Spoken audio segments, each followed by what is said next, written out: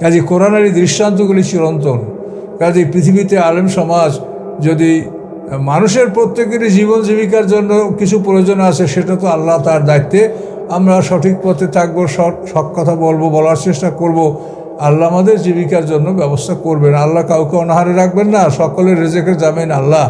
কিন্তু আমরা দুনিয়ার প্রতি লোভ করে অনেক উপার্জন করার জন্য, অনেক কিছু আয় উপার্জন করার জন্য যদি আমরা সত্যকে বর্জন করে দুনিয়ামুখী আমরা হই, বা দুনিয়া তলব যদি আলেমদের মধ্যে হয়, তাহলে এই আলেমদের তুলনা কিন্তু আল্লাহ তাআলা বালাম বাউরের সাথে করেছেন। এবং এই কথাটা আপনারা বারবার স্মরণ করুন। আল্লাহ বলেছেন ফাকসুসিল কাসাসা লাআল্লাহুম ইয়াতাফাক্কারুন, যে আপনি হে রাসূল এই বিষয়টা আপনি মানুষের কাছে বলে দেন, মানুষরা যেন চিন্তা ভাবনা করে। এর নাম হলো কিয়াস, অর্থাৎ একটা বস্তুর উপরে আর একটা বস্তুকে তুলনা করে রায় দেওয়া হবে যে এটা এরকম হয়েছে, এর সমমানের মানুষ এটা, এর সমমানের বস্তু এটা, এটার রায় এটা হবে। এটাকে বলে এতেবার, কিয়াস, তুলনা। কাজী আল্লাহ তাআলা আলেমকে হাঁপানো কুকুরের সাথে তুলনা করেছেন। এটা আমরা সমাজে আমি যেমন দেখতে পাই, আপনারাও একটু চিন্তা করলেই, এই যে তাফাক্কুর কথাটা বলছি, একটু তাফাক্কুর করলেই আপনি দেখতে পারবেন যে অনেক আলেমরা এভাবে কিন্তু বুঝে শুনেও দুনিয়ার দুটি পয়সা উপার্জন করার জন্য, অর্থ উপার্জন করার জন্য তারা বাতিলের সাথে আপোষ করে, বাতিলের সাথে তারা হাত মিলায় এবং বাতিল দলের সাথে তারা কাজ করে। এভাবে বিভিন্নভাবে আমাদের আলেম সমাজ কিন্তু প্রলুব্ধ হচ্ছে। এবং আমাদের ইসলামের শত্রু যারা, তারা তো আমাদের আলেমদেরকে খুব অল্প পয়সায় কিনতে সক্ষম হচ্ছে, অর্থ করে দিয়ে আমাদের আলেমদের দ্বারাই তারা খারাপ কথা বলাচ্ছে, ধর্মের বিপক্ষে, দিনের বিপক্ষে কথা বলাচ্ছে। এভাবে সমাজে কিন্তু একটা বিরাট ফেতনা ফাসাদ চলছে। কাজে এই জন্য আমি আপনাদেরকে কোরআন থেকে এই কথাটা স্মরণ করাই দিলাম। এটা সূরা আরাফের, আপনি নিজেরা পড়ে দেখেন, এটা সূরা আরাফের 175-76 নম্বর আয়াতে আল্লাহ তাআলা এই ঘটনা বর্ণনা দিয়েছেন। তো এই জন্য আলেম সমাজ যেন সতর্ক হন, তারা যেন অন্তত দুনিয়ার লোভে পড়ে কোনো অন্যায়কে সমর্থন না করেন। এটা আমি অনেককেই জানি, কিন্তু এটা আমার বলাও ঠিক হবে না এবং বলা সম্ভব নয়, যে তারা মানে জেনে শুনে সত্যকে ত্যাগ করে তারা কোনো বাতিল দলের সমর্থন করছে, তারা কোনো বাতিল পন্থীদের পক্ষে কথা বলছে, অথচ তারা জ্ঞানী, তারা জানে যে এটা বাতিল, কিন্তু তারপরও দুনিয়ার লোভে, দুনিয়ার স্বার্থে তারা এ ধরনের কাজ করছে। কাজে এটা করা হলো মানে আখিরাত সম্পূর্ণ বিনষ্ট হয়ে যাবে। বুঝে শুনে যদি বাতিলপন্থীকে সমর্থন করা হয়, বাতিলের পক্ষে যদি ফতুয়া দেওয়া হয়, তাহলে সে আলেমের কিন্তু আখিরাত সম্পূর্ণ বরবাদ হবে। কাজে এই জন্য এই বিষয়গুলি আল্লাহ এতটুকুই বলছেন যে আপনি বিষয়টা বলে দেন যেন তারা তাফাক্কুর করে, তারা যেন চিন্তা ভাবনা করে। কাজে আমি এই কথাটা আপনাদেরকে স্মরণ করাই দিলাম। কোরআন সকলের জন্য, আপনার আমার সবার জন্য। তো কোরআন এটা আছে সূরা আরাফে 175-76 নাম্বার। আপনারা এটা নিজেরাও পড়েন, অন্যদেরকে স্মরণ করিয়ে দেন, যে আমরা যেন মানে বুঝে শুনে যেন আমরা বাতিলের সমর্থন না করি। সূরা আরাফের 175 নম্বর আয়াতের উপরে আলোচনা করব। আউযু বিল্লাহি মিনাশ শাইতানির রাজিম, বিসমিল্লাহির রহমানির রহিম। ওয়াতলু আলাইহিম নাবা আল্লাযী আতাইনাহু আয়াতানা ফানসালাখা মিনহা ফাতবা'আশ শাইতানু ফাকানা মিনাল গাবিন।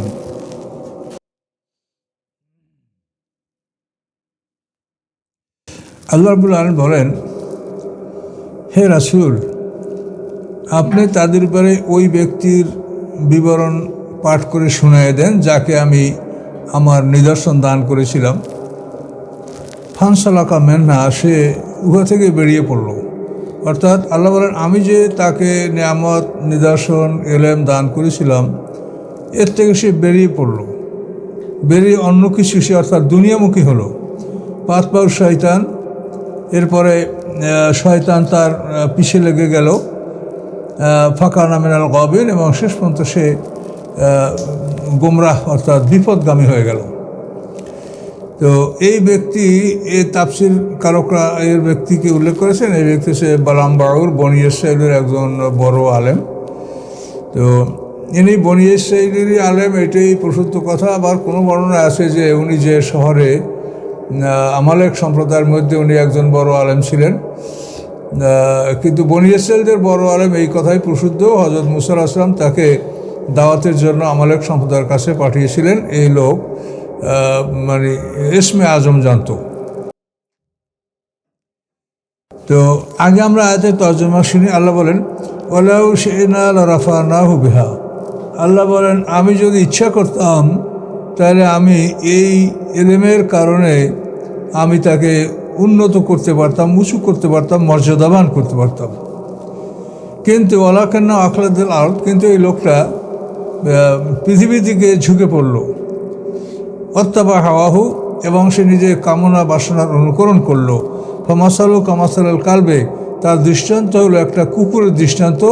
সেই কুকুরটা কেমন কুকুর?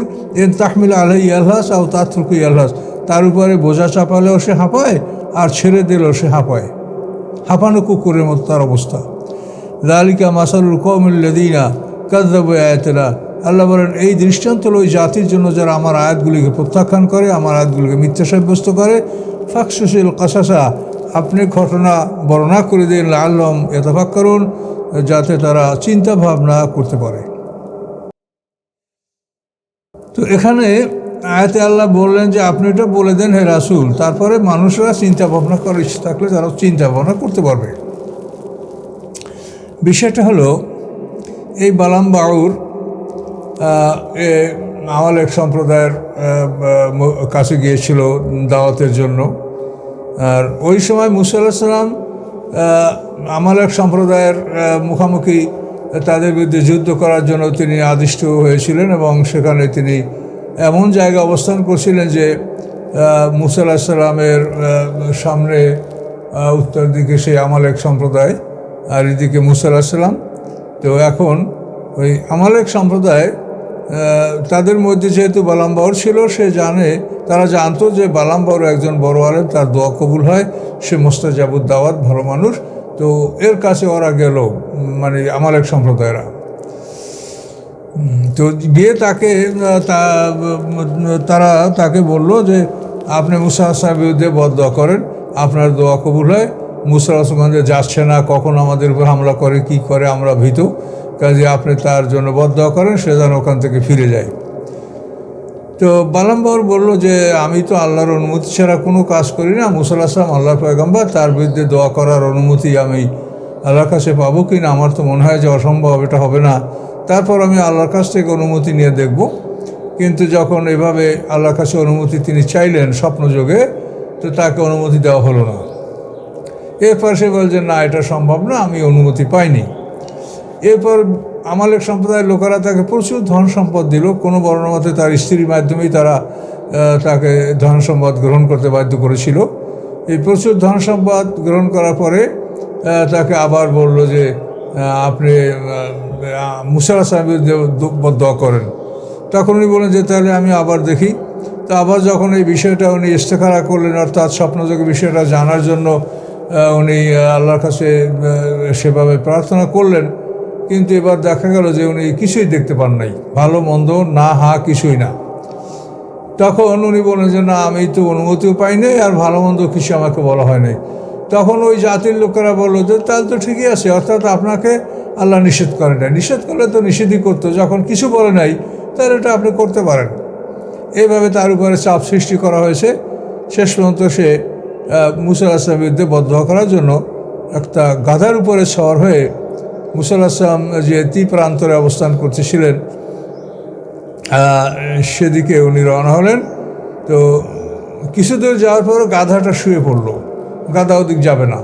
তখন সে গাধাটাকে আবার পিটিয়া গাধাকে মাইরা গাধাকে তুললো, গাধার পিঠে আবার রওনা হলো। কিছুদিন পরে গাধা আবার শুয়ে পড়লো, আবার সে গাধাকে পিটিয়ে তুললো, আবার চললো। এরপরে আবারও গাধা তৃতীয়বারের মতো শুয়ে পড়লো। এবার গাধাকে যত পিটায়, গাধা বলে যে বালাম বাউর, তুমি আমাকে সামনে যেতে বলছো, আর আল্লাহর ফেরেশতা জিবরাইল আমাকে নিষেধ করছে, আমি কার কথা শুনবো? এভাবে গাধার জবান খুলে গেল। শেষ পর্যন্ত বালাম বাউর ওই গাধাকে ছেড়ে দিয়ে একাই সেই পাহাড়ের দিকে রওনা হলো।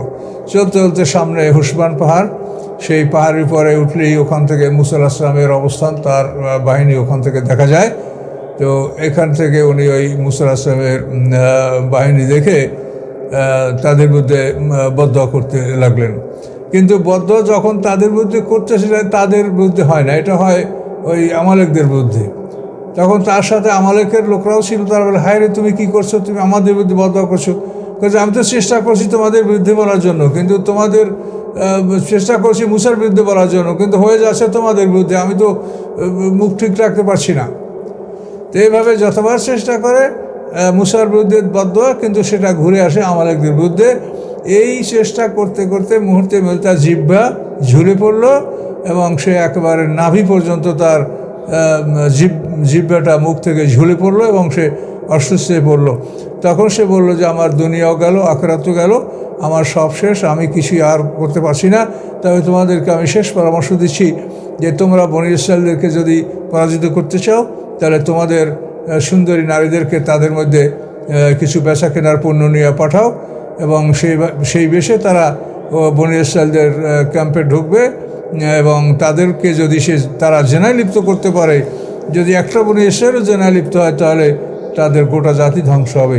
কাজে তোমরা এই পদ্ধতি অবলম্বন করো।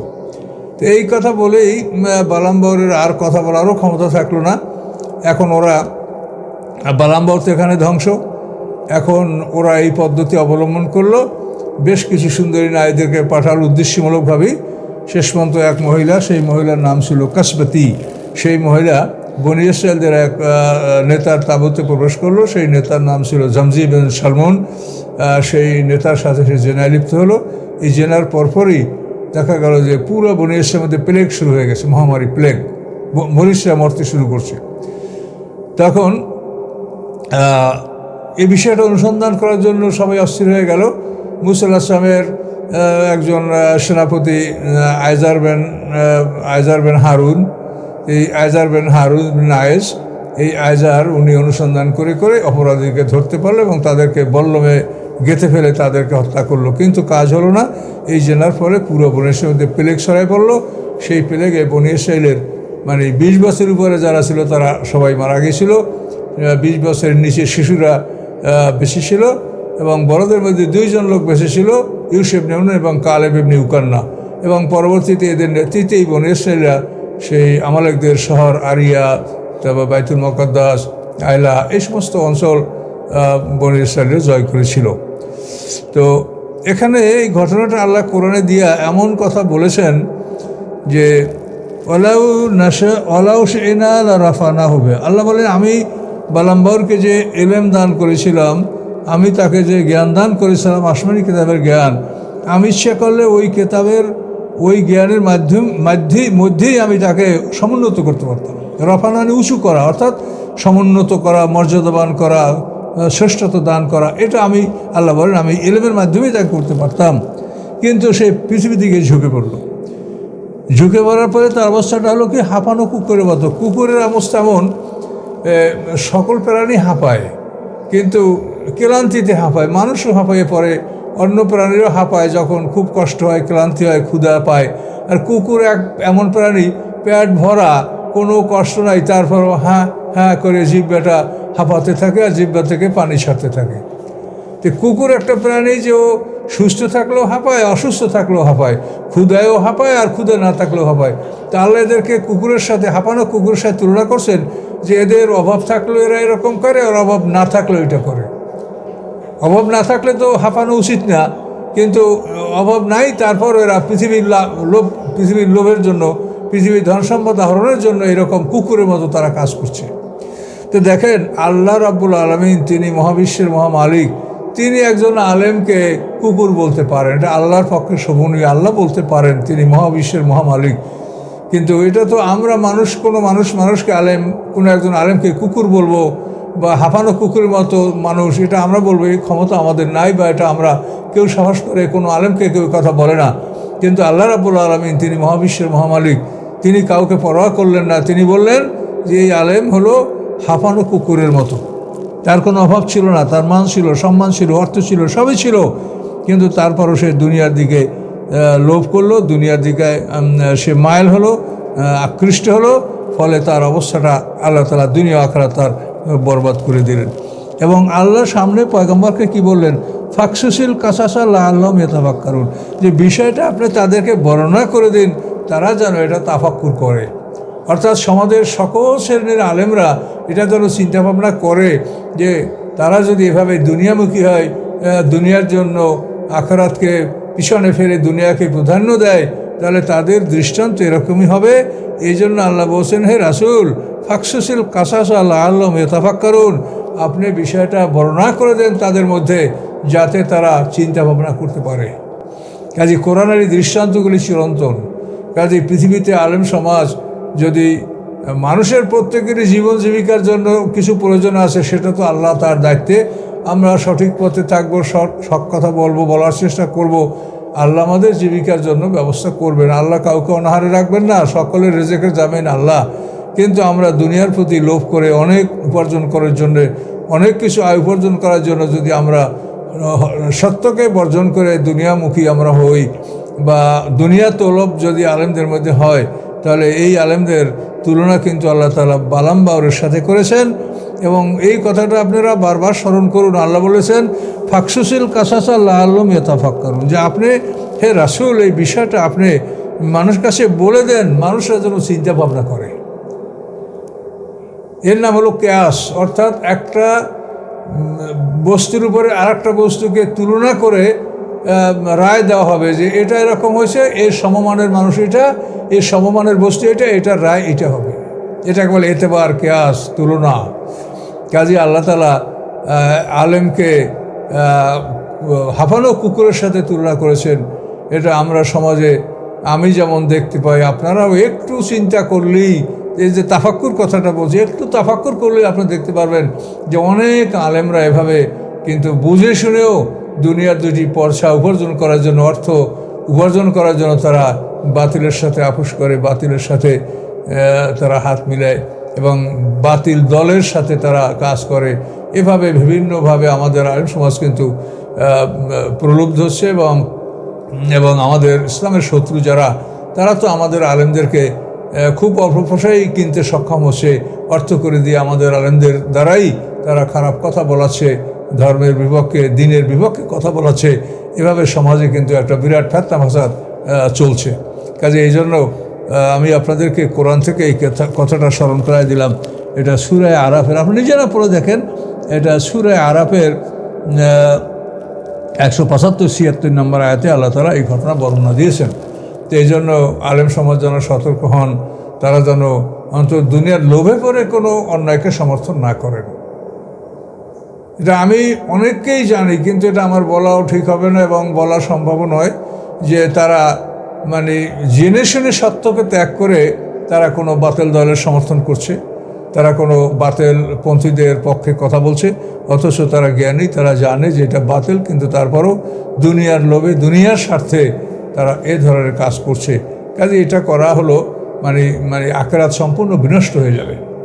বুঝে শুনে যদি বাতিলপন্থীকে সমর্থন করা হয়, বাতিলের পক্ষে যদি ফতুয়া দেওয়া হয়, তাহলে সে আলেমের কিন্তু আখিরাত সম্পূর্ণ বরবাদ হবে। কাজে এই জন্য এই বিষয়গুলি আল্লাহ এতটুকুই বলছেন যে আপনি বিষয়টা বলে দেন যেন তারা তাফাক্কুর করে, তারা যেন চিন্তা ভাবনা করে। কাজে আমি এই কথাটা আপনাদেরকে স্মরণ করাই দিলাম। কোরআন সকলের জন্য, আপনার আমার সবার জন্য। তো কোরআনে এটা আছে সূরা আরাফে 175-76 নাম্বার। আপনারা এটা নিজেরাও পড়েন, অন্যদেরকে স্মরণ করিয়ে দেন, যে আমরা যেন মানে বুঝে শুনে যেন আমরা বাতিলের সমর্থন না করি। আমার ইল্লাল বালাগ। আসসালামু আলাইকুম ওয়া রাহমাতুল্লাহি ওয়া বারাকাতুহু।